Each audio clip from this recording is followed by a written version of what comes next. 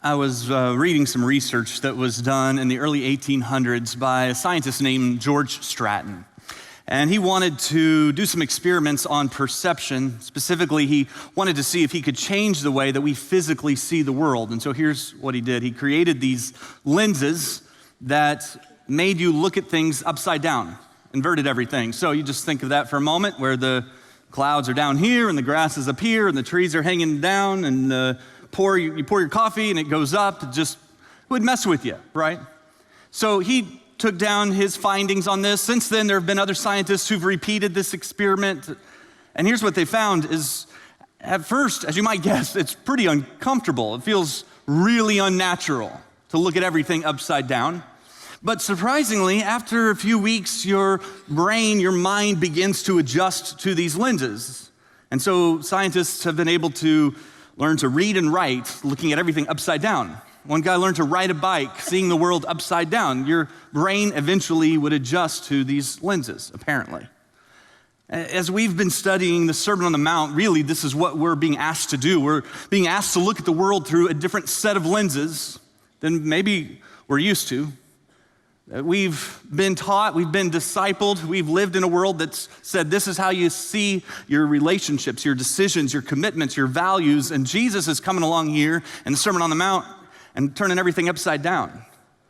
And so we're recognizing as we study Matthew 5 through 7 that what Jesus wants for us is not always what we want for us. God's dream for our life sometimes is in direct contradiction to the American dream for our life. Some things seem pretty upside down. At first, they feel pretty unnatural. That's certainly going to be true with what we study today. So in Matthew chapter 5, we're going to pick up in verse 38 in just a moment. Jesus is going to talk to us about how we deal with difficult people, how we respond to people who hurt us in life.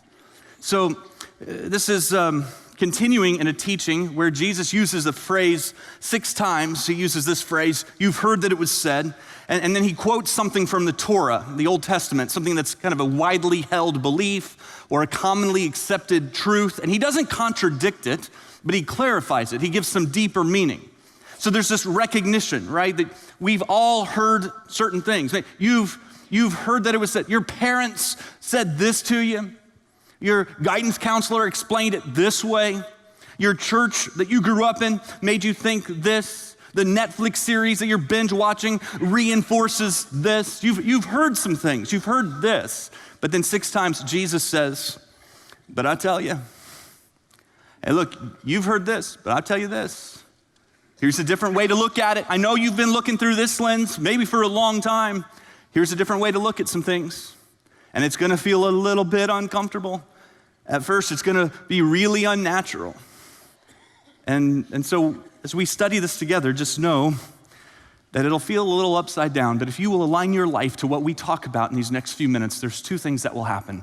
Number 1, it will bless your life. That's how the Sermon on the Mount begins, with Jesus saying, "Blessed are those who."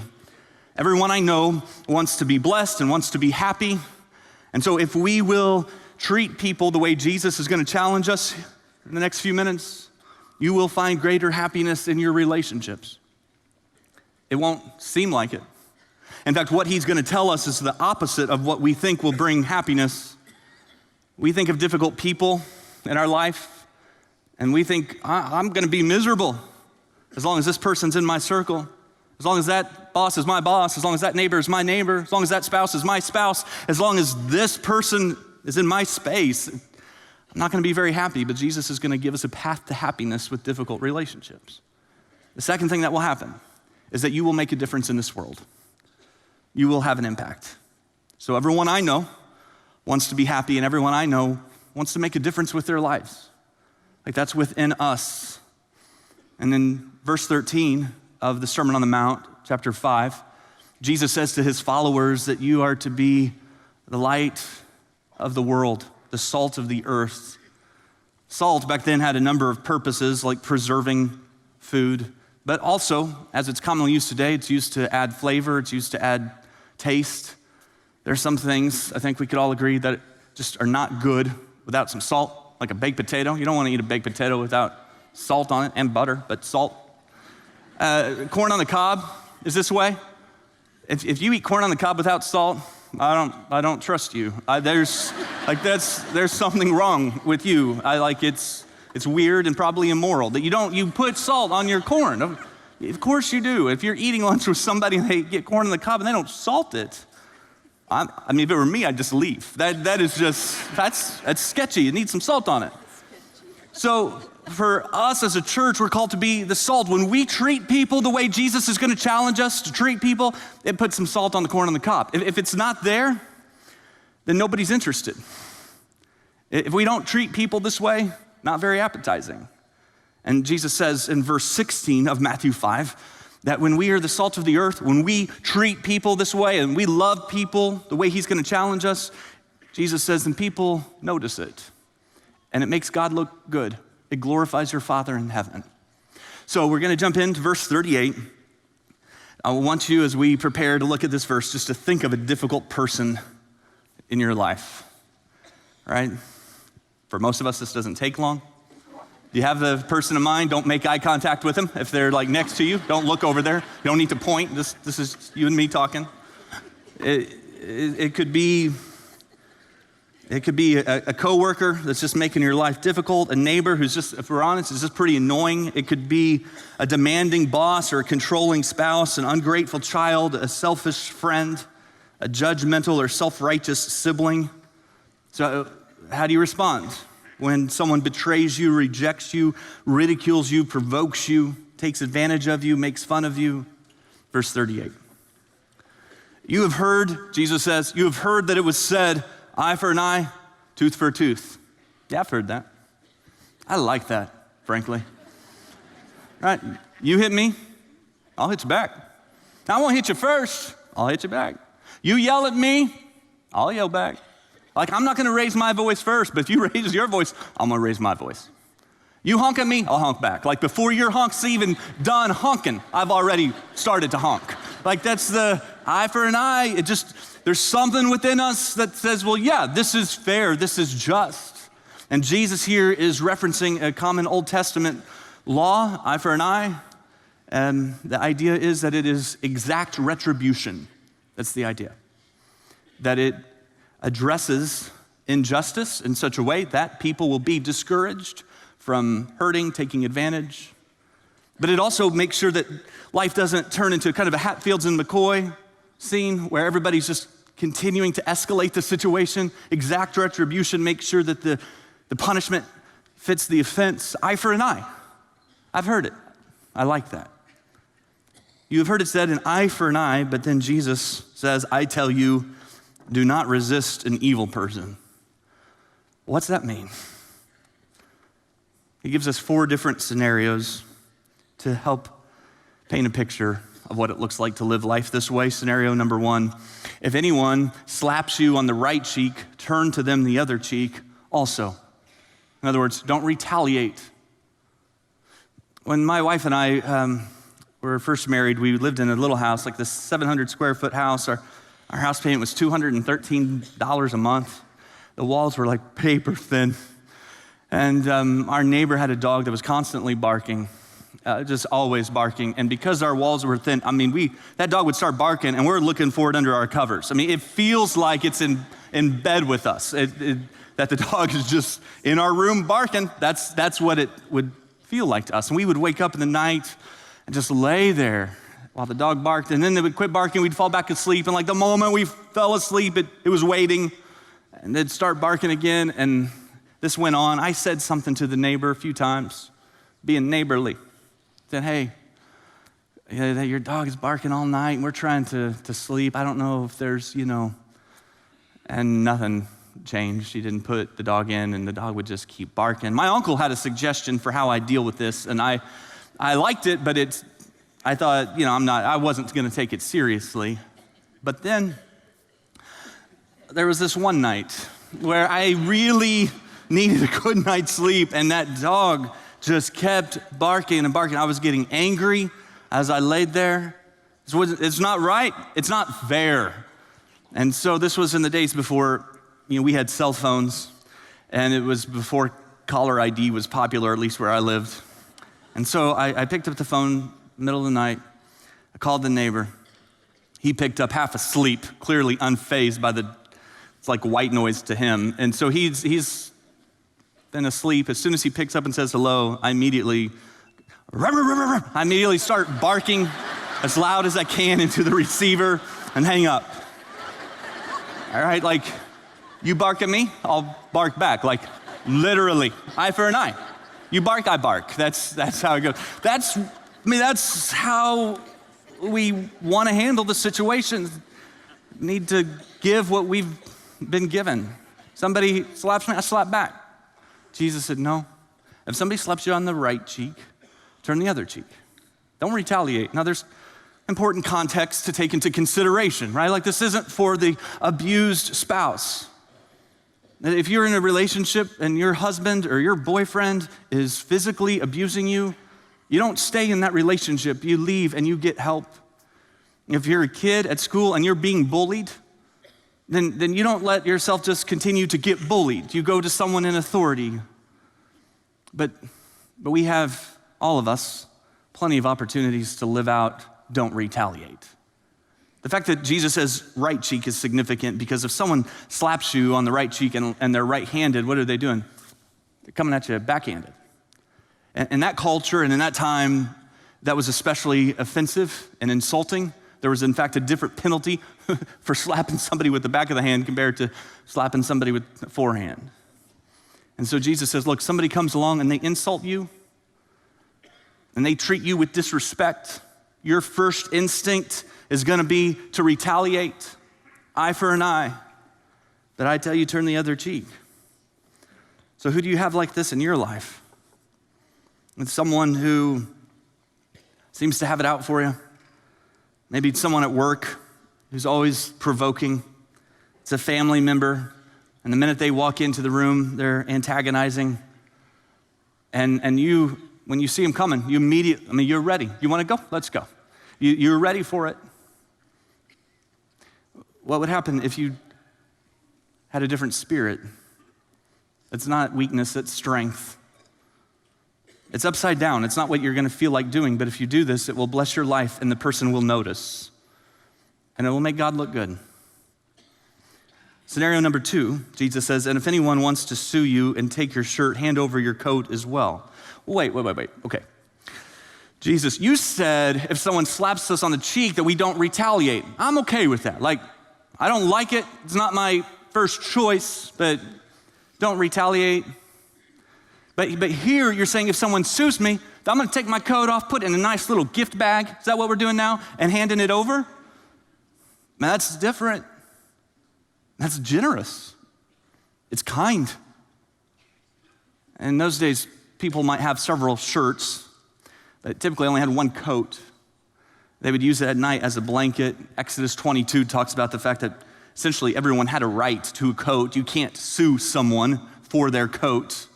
It's their right to own it. Jesus is saying here, sometimes following me means letting go of the rights. I might be willing to do that for somebody I love. Give somebody I love a coat, I'd do that.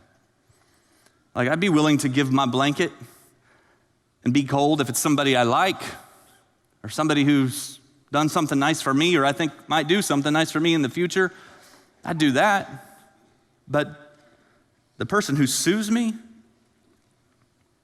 I don't know if you've ever been sued, but this is not what you're gonna feel like doing.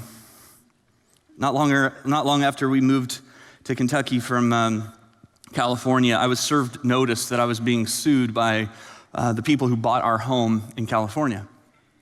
And the accusation on the lawsuit was that there were some things wrong with the house that we sold, and we intentionally did not disclose that. Well, that wasn't true. It wasn't true at all. And so as soon as I see this lawsuit, find out I'm being sued, I'm immediately upset. I'm being falsely accused, and I'm angry that someone would do this. And I immediately my first response is to defend myself and stand up for my rights. I called a friend of mine who's an attorney in Los Angeles, asked him what he thought I should do. He's like, oh man, definitely want to just offer a settlement for this. You don't want to have to fly all the way out here to California and go to a Los Angeles courtroom for a day and defend yourself. You don't want to do that. Just offer a settlement and be done with this. That's probably what they're expecting anyway. And I'll just tell you, like, there was no chance of that happening, okay? And I binge watched Law and Order. I took notes on Judge Judy. I'm like, oh, that's good. I'll use that. I bought myself a plane ticket to Los Angeles, and I was ready to go. And I stepped into that courtroom in Los Angeles and was ready to defend myself and standing up for my rights. You're not going to sue me. And the judge declared that I won the case. I didn't have to pay anything, and I walked out of there feeling pretty good about myself. Until this week. See, lots of problems as I look back on it. I had never met the person who sued me. We weren't at closing, had a power of attorney signed for us. I'd never met him. I don't remember their names. I don't know if they knew Jesus. I don't know if they went to church. They probably knew I was a pastor. Probably would have Googled that, right? Before you sue somebody, look them up. And I am convicted because I didn't respond to the situation in a way that added any salt. If I had it to do over again, I would have tried to reach out to them. I would have listened and tried to understand things from their perspective. Even though I didn't do anything wrong, the truth is I made quite a bit of money on that house in Los Angeles. And it would have been a good thing for me to say, man, I am sorry about these things. Let me help out with some of those repairs. I know I didn't do anything wrong, but what would have happened if I wouldn't have been so quick to defend myself, to stand up for my rights? Would it have been possible that I could have added some salt? I think so. But it was too upside down. I didn't even for a minute look at things through that lens. Scenario number 3, if anyone forces you to go 1 mile, go with them 2 miles. So here's the problem I have with this. Forces. If someone asks me to go 1 mile, yeah, okay. I don't really feel like it, but I'll go a mile with you if you ask me to go a mile. But the minute you feel forced, pride kicks in. We become upset and angry. Somebody's trying to control us. And there was this law back then that a Roman soldier could say to a Jew, hey, Jew, carry my pack a mile. And they looked down upon Jews as being like an animal. And so a Jewish person didn't have an option, like it was part of the deal. And so they'd pick up a pack and they'd carry that a mile, but there were essentially mile markers on the roads in Jerusalem. So once they got to that marker, they'd drop the pack and go home. They didn't have to go another mile. Legally, they couldn't be forced to go a second mile. Jesus said, look, so if this person, this soldier who's in authority over you, who looks down on you, is demeaning towards you, if they say you have to go a mile, when you get to that mile, choose to go a second mile. Well, who does that? Nobody. That's the point. People start to notice when somebody does something like that. It's different than the way everybody else lives. And so you come home from work, you're on your way home, just tired and hungry, just want to go home. The soldier says, take this a mile. And you're angry and upset every step of the way. You drop the pack, you go home, you slam the door, yell at your spouse, because when people are demanding and controlling with you, then you tend to be demanding and controlling with people that you can be demanding and controlling with. But what happens if you go a second mile? Well, it blesses your life. Suddenly you get some dignity back. Suddenly they're not forcing you to do anything. You've got some power and you're choosing it. You go a second mile. It blesses other relationships. You're not taking it out on other people. So what's that look like in your relationships to live that way. Especially it's hard if it's someone who's an authority over you, and those people, it can make life miserable if you've got, a boss or a coach or a teacher that just makes life hard. An unreasonable supervisor, a racist boss, a step-parent that just seems out to get you. What do? Most of us just do it, but with an attitude, get pretty passive-aggressive. We complain behind their back. Jesus says, well, actually, if they force you to go 1 mile, go 2. Try this. And if someone insults you, you say something nice to them. If your spouse criticizes you, compliment. If someone blames you, bless them. If your server messes up your order at lunch, give them a more generous tip than you would have given had they got your tip right. You don't think they notice that? If the boss is especially grumpy, you pray for your boss and drop a note of encouragement. 2nd mile. It'll bless your life, and it will make God look good.